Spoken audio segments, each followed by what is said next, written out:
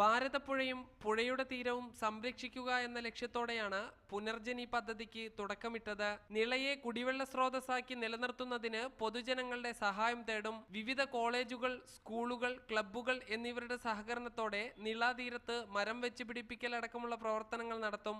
നിളയുടെ തീരത്തുള്ള മറ്റ് ജലാശയങ്ങളും സംരക്ഷിക്കും. തദ്ദേശ സ്വയംഭരണ വകുപ്പ് മന്ത്രി കെ.ടി. ജലീലാണ് പുനർജനി പദ്ധതി നാടിന് സമർപ്പിച്ചത്. പരിസ്ഥിതി സംരക്ഷിക്കണമെന്ന് പറയുന്നവരെ വിഡ്ഢികളും വികസന വിരുദ്ധരുമായി ചിത്രീകരിക്കുന്ന പ്രവണത ശരിയല്ലെന്ന് കെ.ടി. ജലീൽ പറഞ്ഞു.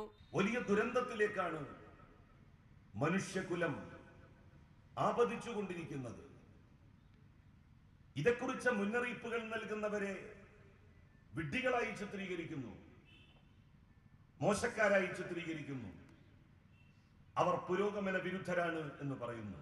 പുരോഗമനവും അഭിവൃദ്ധിയും വേണം, പരിസ്ഥിതിയെ സംരക്ഷിച്ചുകൊണ്ട്. സംവിധായകൻ രഞ്ജിത്ത്, എഴുത്തുകാരൻ സി രാധാകൃഷ്ണൻ എന്നിവരും ചടങ്ങിൽ പങ്കെടുത്തു. ഭാരതപ്പുഴ സംരക്ഷണത്തിന്റെ തുടർന്നുള്ള പ്രവർത്തനങ്ങൾ ഏകോപിപ്പിക്കാൻ തിരൂർ സബ് കളക്ടർ ആദില അബ്ദുള്ളയെ ചുമതലപ്പെടുത്തി. വിവിധ രംഗങ്ങളിലെ വിദഗ്ധരുടെ മേൽനോട്ടത്തിലാണ് പുഴ സംരക്ഷണ പ്രവർത്തനങ്ങൾ നടക്കുക.